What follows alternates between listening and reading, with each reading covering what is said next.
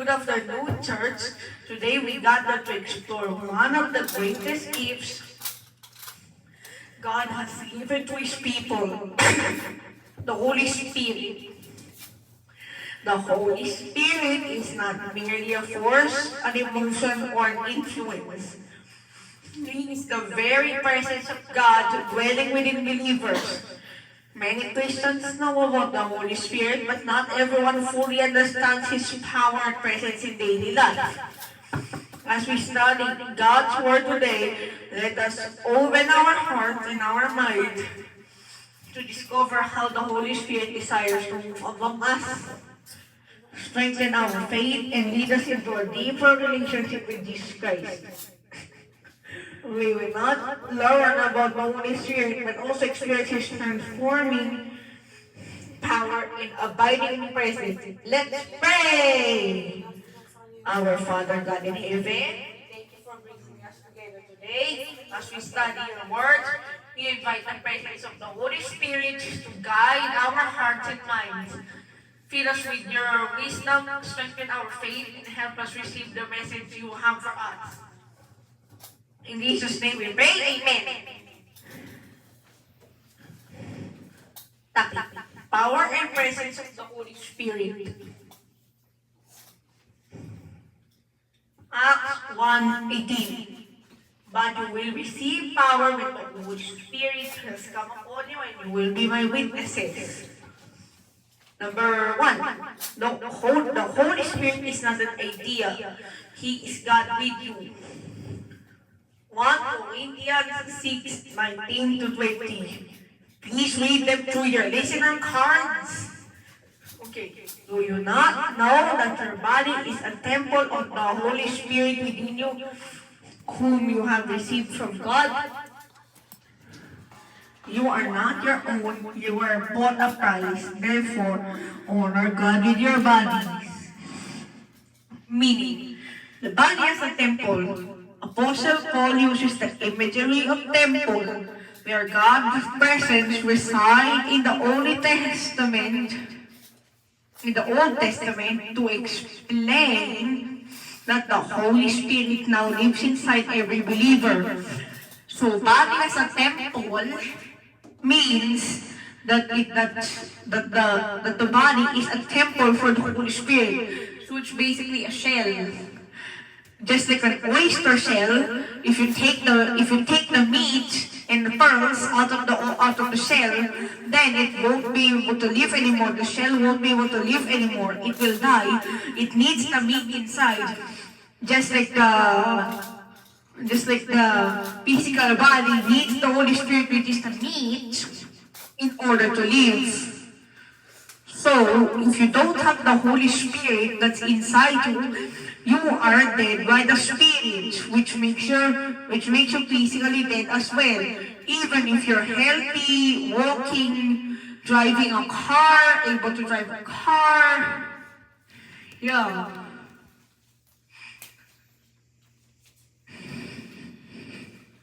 The Holy Spirit is not a feeling or a moment. He is a divine presence living in our bodies, in every believer's bodies. So, this one means that the Holy Spirit is not a feeling or a moment. So, it is not a moment, so it lasts inside our body forever. And says He is a divine presence living in our bodies, in every believer's bodies. So, every believer actually has the Holy Spirit in them.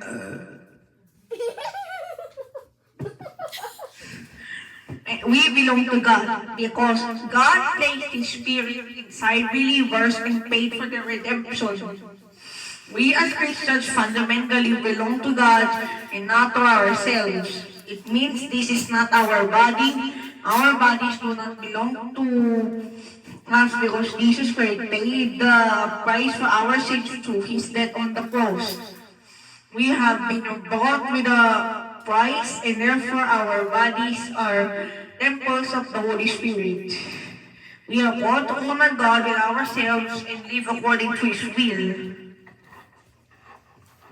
Okay, so this one, it means we belong to God. So our bodies are actually not their own property, even though lots of people think it is. But in reality, this is not our bodies because we will lose them. And yeah, this body does not belong to us yet. So, and the Holy Spirit that's inside this body is Jesus Christ's property. So do not get busy with your physical body, like more busy on your physical body than on your soul, for this physical body is going to perish. I didn't want this to be long. And it says here, we have been bought with a price, and therefore our bodies are temples of the Holy Spirit. So the temples we've already talked about earlier, and it says here, we as Christians fundamentally belong to God. So that means we ourselves belong to our God and not to ourselves. Yeah, like how he said here, this is not our body. Yeah, it says here, Jesus Christ paid the price for our sins through his death on the cross. So in this price that Jesus Christ paid, no money can be able to buy that. But Jesus Christ managed to pay that a different way on his death on the cross. It says here, we are called to honor God with our bodies and live according to his will. So we need to live according to his will, not our own will. And it says here, Holy Spirit is God with us, meaning God's presence is with us daily. To guide us into truth, it gives us wisdom to understand God's word and make godly decisions. So this one means Holy Spirit is God with us. The Holy Spirit, you might think, is just the Spirit, but in reality, it's God. It says here, God's presence is with us daily. And it says here, it gives us wisdom to understand God's word and make godly decisions. And it says here, it comforts us and helps us. And it says here, he encourages us during difficulties and intercedes for us in prayer. Okay, so this one means that during our hard times, he encourages us and intercedes for us in prayer. And it says here, the Holy Spirit prays for us. And did you not know that? Romans 8:26 says, assure believers that the Holy Spirit helps them in their weakness, specifically when they do not know how or what to pray, interceding for them with deep wordless groans. So it means, it says here, the Holy Spirit helps them in their weakness, specifically when they do not know how or what to pray. So the Holy Spirit will help you. If you want to pray, then maybe ask the Holy Spirit to give you what you need to pray for. Number 2, the Holy Spirit gives us power to live differently. 2 Timothy 1:7. For God gave us a spirit not of fear, but of power and love and self-control. The Holy Spirit does not just comfort you, it transforms you. And it says here the meaning, he gives us spiritual power. The Holy Spirit strengthens us to live for God and be his witnesses. So it means the Holy Spirit actually gives us spiritual power. So the Holy Spirit will actually make us strong. Even if we're physically weak, we are strong by the Spirit because the Holy Spirit is more powerful than the demons. And it says here, we live for God and be his witnesses. It says here, the Holy Spirit gives us power and authority to stand against and overcome spiritual enemies. It strengthens us to resist temptation, defeat the works of darkness, and walk in victory. So it means this one is that the Holy Spirit gives us power and authority to stand against and overcome spiritual enemies. So that one means that the Holy Spirit, that power and authority is from the Holy Spirit, and it's to stand against and overcome the enemies that are spiritual. We don't fight, we don't fight flesh and meat and flesh and blood enemies, but spiritual ghost things that sometimes cannot be seen. And it says here, it strengthens us to resist temptations, defeat the works of darkness, and walk in victory. So it means you will also walk in victory because of the Holy Spirit, and it will also strengthen us to resist temptations as well, and defeat the works of darkness. And it says here, the Holy Spirit equips us with spiritual strength, wisdom, and boldness to stand firm in faith. So it means here that the Holy Spirit will equip us with spiritual strength. So the Holy Spirit will also equip us with spiritual strength, like how I talked about in the other meanings, and then wisdom, maybe how to read the Word of God, and boldness to stand firm in faith. So that one means the Holy Spirit will equip you with spiritual strength, wisdom, and boldness. And it says here, He transforms our character. He produces the fruit of the Spirit: joy, love, peace, patience, kindness, goodness, faithfulness, gentleness, and self-control. So He will also transform our character. And the fruit of the Spirit needs to be seen from every believer. Because if there is no fruit of the Spirit showing up, then it is not a believer, and other people are supposed to see it. The fruit of the Spirit, it will be highly visible. Maybe even through our physical eyes. Number 3, the Holy Spirit teaches and guides you into truth. John 16:13. But when He, the Spirit of truth, comes, He will guide you into all truth. He will not speak on His own. I will restart this one. He will speak only what He hears, and He will tell you what is yet to come. Meaning, this refers to the Holy Spirit, who reveals God's truth to believers and protects us from deception. So this one means that the Holy Spirit, it refers to the Holy Spirit. The Spirit, that there may be is saying in the Spirit of the Lord is great and mighty, song refers to the Holy Spirit. And it says here, reveal God's truth to believers and protects us from deception. So the Holy Spirit also reveals God's truth and protects us from deception. It says here, it means we do not walk blindly as a believer. The Holy Spirit brings clarity when we are confused. So we are actually not blind as a believer, but it's the Holy Spirit that brings clarity when we are confused. It says here, He convicts us of sin, meaning He shows us when we are wrong and leads us to repentance.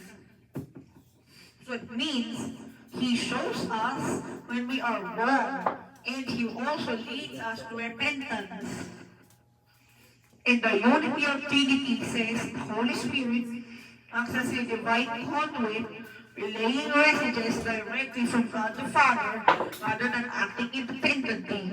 So this one, the Holy Spirit, is like a divine conduit, and it relays messages from God, from the Father God in heaven, and it doesn't act independently. It doesn't behave on its own. It's like the chain. The Father is the source, and the Holy Spirit is the receiver. Just like on a remote control car, the car can't just drive by itself. It needs the remote to help to work it out. Just like God, it's like God, the Father God in heaven, is the remote, and the Holy Spirit is the car. The God is like the one that controls the Holy Spirit in whatever. It says here, the Holy Spirit leads us into all truth, meaning a growing, deeper understanding of God's teachings in the person of Jesus. So it means that the Holy Spirit leads us into all truth, so it's leading us into truth, and it means a growing, deeper understanding of God's teaching in the person of Jesus Christ. Number 4. The Holy Spirit gives boldness to stand for God. Acts 4:31. And when they had prayed, the place was shaken where they were assembled. And they were all filled with the Holy Spirit and continued to speak the word of God with boldness. This verse takes place after Jesus' followers were threatened by religious leaders for teaching about Jesus' resurrection. Instead of hiding, they prayed for bravery to keep preaching. The meeting place shakes, showing God's presence. So this one means the earthquake in the meeting place is actually God showing Himself. God can also show Himself using natural disasters. And it says, fear tries to silence faith, but the Holy Spirit produces boldness. So fear is trying to silence the faith in every believer, but the Holy Spirit is stronger and will produce boldness. It says here, when the Holy Spirit fills a person, fear loses authority. So this one means that the Holy Spirit, when it fills the person, then the fear will eventually go away because of the Holy Spirit. It says here, when we rely on the Holy Spirit, He strengthens our faith and gives us courage to remain faithful even in difficult situations. So this one means that when we rely on the Holy Spirit, it's like when we use the Holy Spirit and rely on it and use it to help us, He will strengthen our faith and give us courage. And it says to remain faithful even in the hardest times. So, if you have a hard time with the Word of God, you need to use the Holy Spirit to help you instead of trying to do it on your own. And then it says here, the same Spirit who empowered the early church empowers us today to live boldly for Christ.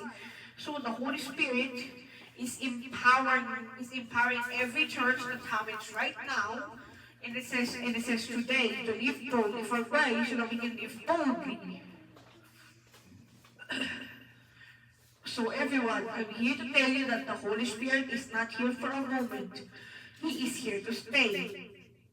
He is not a temporary presence, but a constant helper, guide, and comforter in our lives. The Holy Spirit lives within every believer, giving us power to overcome sin, boldness to stand for God, and strength to walk in His will. He is with us in every season. When we are weak, when He strengthens us, when we are confused, He guides us, and when we are afraid, He gives us peace and courage. As we live today, let us not ignore His presence, but invite Him to lead us daily. Let us walk in His power, listen to His voice, and live lives that honor God. May we go in the strength of the Holy Spirit. Let's pray. Our Father God in heaven, we come humbly into your presence, giving you thanks and praise. Thank you for your love, mercy, and grace upon our lives. We thank you for the gift of the Holy Spirit who guides us, strengthens us, and remains with us always. As we leave this place, go with us and lead us into your truth. Protect us, keep us from evil, and help us walk in your obedience to your words. Fill our hearts with your peace and boldness to live for you each day. We surrender our lives into your hands and ask that you will be done in us. In Jesus' name we pray. Amen.